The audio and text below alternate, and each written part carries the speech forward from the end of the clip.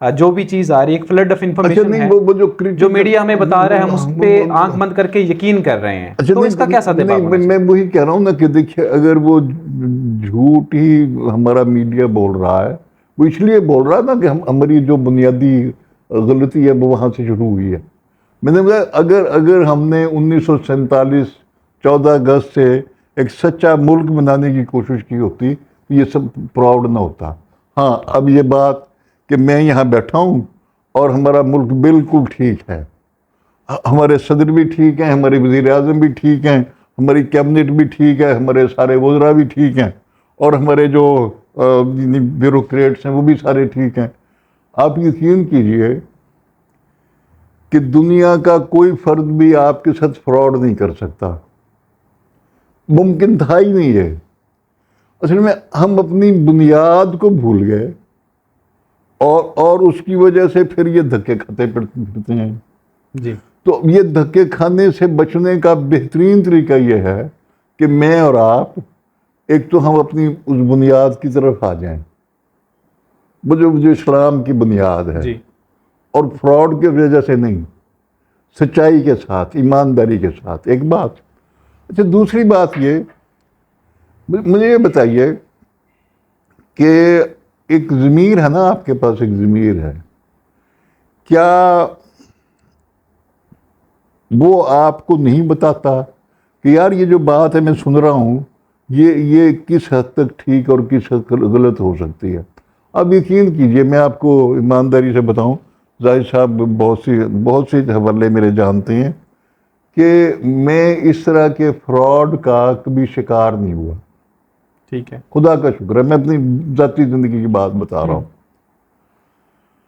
اگر کہیں ایک آدھ جگہ مجھ سے غلطی ہوئی تو وہ مجھ سے نہیں ہوئی، وہ ایڈمنسٹریشن کی کسی غلطی کی وجہ سے ہوئی اور میں نے اس کا ساتھ دیا. اس کی بنیادی وجہ کیا آپ شکار نہیں ہوتے؟ اچھا وہ اس لیے میں نے بتایا نا کہ آپ شکار ہوتے ہیں کسی لالچ کی وجہ سے، اپنی کسی کمزوری کی وجہ سے. کسی کمزوری کی وجہ سے شکار ہو اچھا جاتے ہیں. آپ اپنی کمزوری نہ رکھیں، کوئی لالچ نہ رکھیں، ہے نا.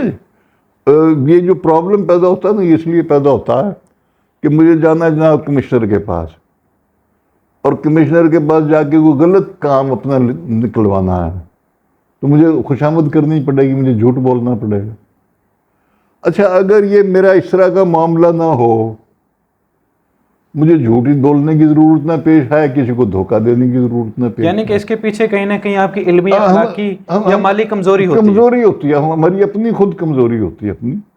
اور پھر دیکھیں نا، میں اب یہ نام نہیں لینا چاہتا، اس وقت جو آپ کا سارا معاشرہ ہے، جس کشمکش میں اور جس مصیبت میں ہے، اگر آپ غور کریں اس کے پیچھے سوائے جھوٹ کے اور کچھ نہیں.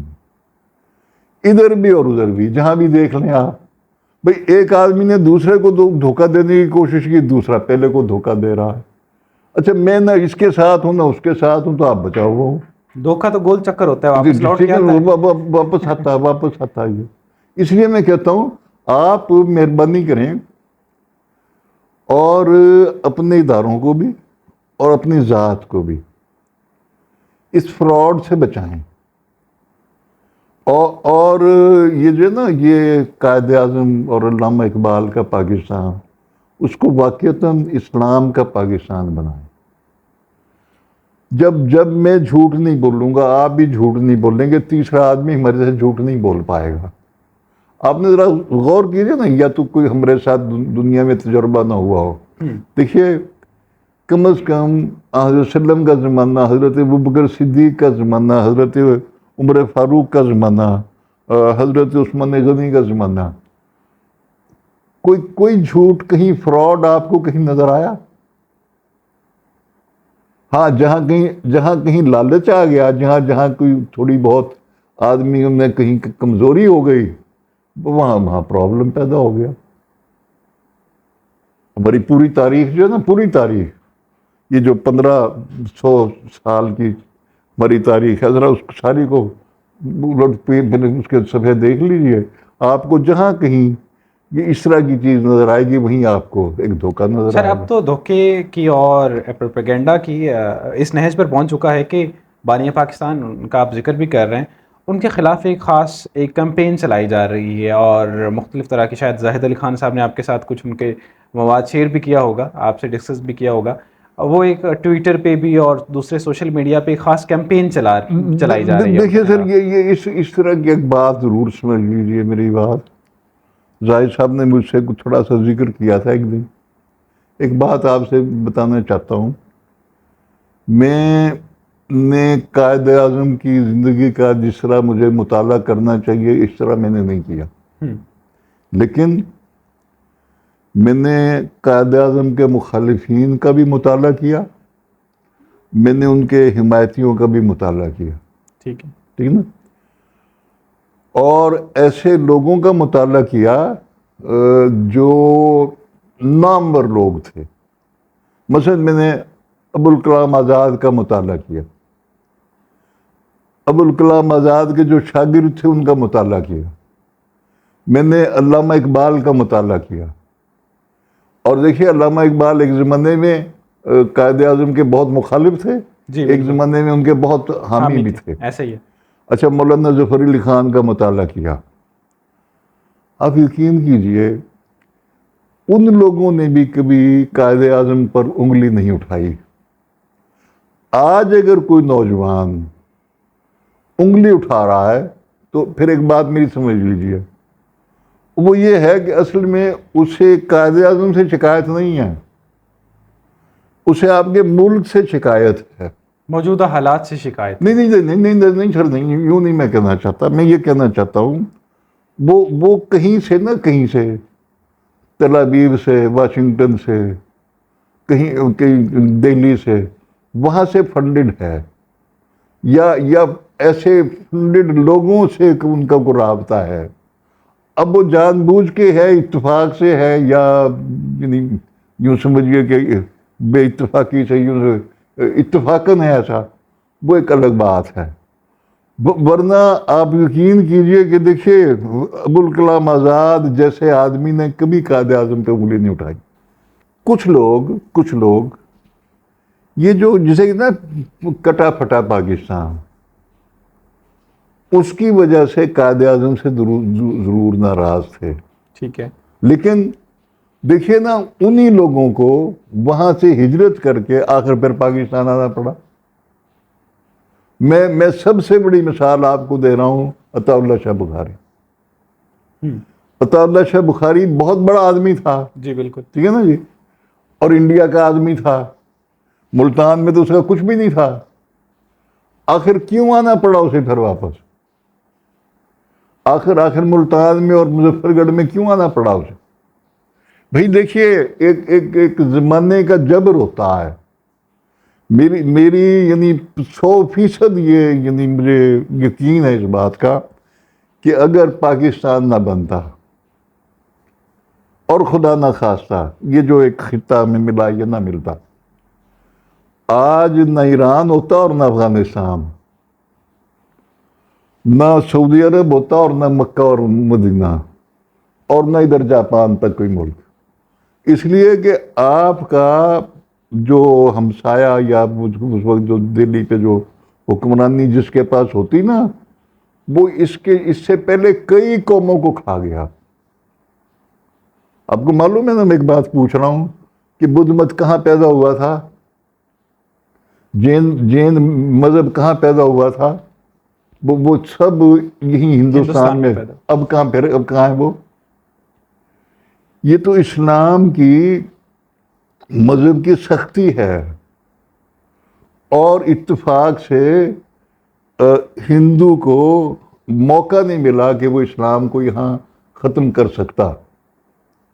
اگر آپ اسے 10 15 20 سال یہاں دے دیں اور یہاں پاکستان نہ ہو تو بالکل وہی حشر ہوتا جو اندلس کے مسلمانوں کا ہوا، کہ یا تو برصغیر میں سے مسلمان ختم ہو جاتے یا انہیں ہجرت کر کے کہیں جانا پڑتا. تو یہ یاد رکھیے کہ قائد اعظم کا اور علامہ اقبال کا اور وہ ان سب لوگوں نے جنہوں نے یہ جدوجہد کی، غلطیاں بھی ہوئی ہوں گی ان سے، لیکن انہوں نے آپ کی ایک مچان بنا دی آپ کے لیے، آپ کے بچاؤ کا ایک بہت بڑا ایک استارہ بنا دیا۔ یہ الگ بات کہ ہم خود حفاظت نہ کر سکیں، یہ گھر ہے نا، یہ گھر، جی اگر میں خود اس پہ کوئی توپ کا گولہ مار دوں تو پھر کوئی کیا کر سکتا ہے؟ سر بالکل ٹھیک ہے، جیسے کہا تھا کہ پیوستہ رہ شجر سے امیدیں بہار رکھ، ہمیں بہار کی امید تو رکھنی چاہیے، لیکن جو اس وقت ایک خزاں سی مسلط ہے ہم پہ، اور اس وقت اس میں تو کوئی دوسری رائے نہیں ہے کہ اس وقت بہت سارے لوگ، خاص طور پہ نوجوان، اپنے مستقبل ان کو تاریک نظر آتے ہیں موجودہ حالات کے تناظر میں دیکھتے ہیں، تو ان نوجوانوں کو آپ کیا پیغام دینا چاہیں گے؟ میں ایک چھوٹی سی بات آپ سے عرض کرنا، دیکھیے جی 1968 تک، اور اگر مجھے آپ آسانی سے کہنے دیں تو جولائی 1965 تک، اس ملک کا جو مستقبل تھا وہ بہت تابناک تھا۔ خود ہم نے سازشیں کی، اپنے ملک کو توڑا، اپنے ملک کو ڈبویا۔ یہ ملک جو دوسرے ملکوں کو قرض دیا کرتا تھا، مقروض ہے، اور ہمارا ہر وزیر اعظم اور ہمارا ہر صدر اور ہمارا ہر آرمی چیف وہ کس کو لیے پھرتا بیچارہ، کیا کرے وہ؟ ٹھیک نا جی؟ سر یہ ہماری اپنی کوتاہیاں ہیں، ہماری کوتاہیاں۔ اور آج بھی اگر آپ قومی سطح پر واقعتاً کوئی فیصلہ کر لیں، میں کہہ رہا ہوں قومی سطح پہ، یوں نہیں بھی میں فیصلہ کروں اور آپ نہ کریں، آپ کر لیں میں نہ کروں، قومی سطح پہ فیصلہ، سارے اکٹھے مل کے بیٹھ کے، آج بھی ہمارا کچھ نہیں بگڑ سکتا، یہ مجھے پورا یقین ہے۔ البتہ یہ ہے کہ اگر ہم اپنی ڈفلی بجائیں گے، اس میں نغمے پیدا نہیں ہو سکتے۔ نغمہ تو بھئی پھر اسی صورت میں بنے گا جب 5-7 یہ جو سازندے ہیں نا، یہ سب مل کے اور ایک نغمہ لاپیں گے، تب کچھ بات بنے گی۔ ٹھیک ہے، بالکل ٹھیک ہے، ٹھیک ہے نا، یہ صورتحال یہ ہے۔ میں تو آج بھی مایوس نہیں ہوں، مایوسی صرف اس لیے ہے کہ بھئی قوم یعنی اپنے فائدے اور نقصان کو بھی نہیں سوچتی۔ دیکھیے نا، یہ جو 1965 میں ہے، اب تو ہمارے سامنے ہے نا کہ خود کس طرح یہ جنگ مسلط کروائی گئی، 1971 میں ملک کیسے توڑا گیا، ٹھیک ہے نا جی؟ اور یہ اسی طرح کی تاریخ ہماری بھری پڑی ہے۔ ان واقعات کو ذرا نکال کے دیکھیں اپنی تاریخ سے، پھر آپ کو پتہ چلے گا کہ لیڈرشپ کیا تھی اور ہم کہاں کھڑے تھے اور ہم کتنے اچھے مقام پر کھڑے تھے۔ ٹھیک ہے، بہت شکریہ سر آپ کے وقت کا۔ تو ناظرین، یہ تھی ہماری آج کی ایک مختصر سی گفتگو۔ ہمیں کمنٹ سیکشن میں ضرور بتائیے گا کہ آپ نے اس سے کیا اخذ کیا ڈاکٹر شفیق احمد صاحب کی باتوں سے، اور ہمارا اگلا ولاگ دیکھنا مت بھولیے گا، کمنٹ لائک ضرور کیجیے گا۔ اگلے پروگرام تک کے لیے اللہ حافظ۔ بہت شکریہ سر، بہت شکریہ سر۔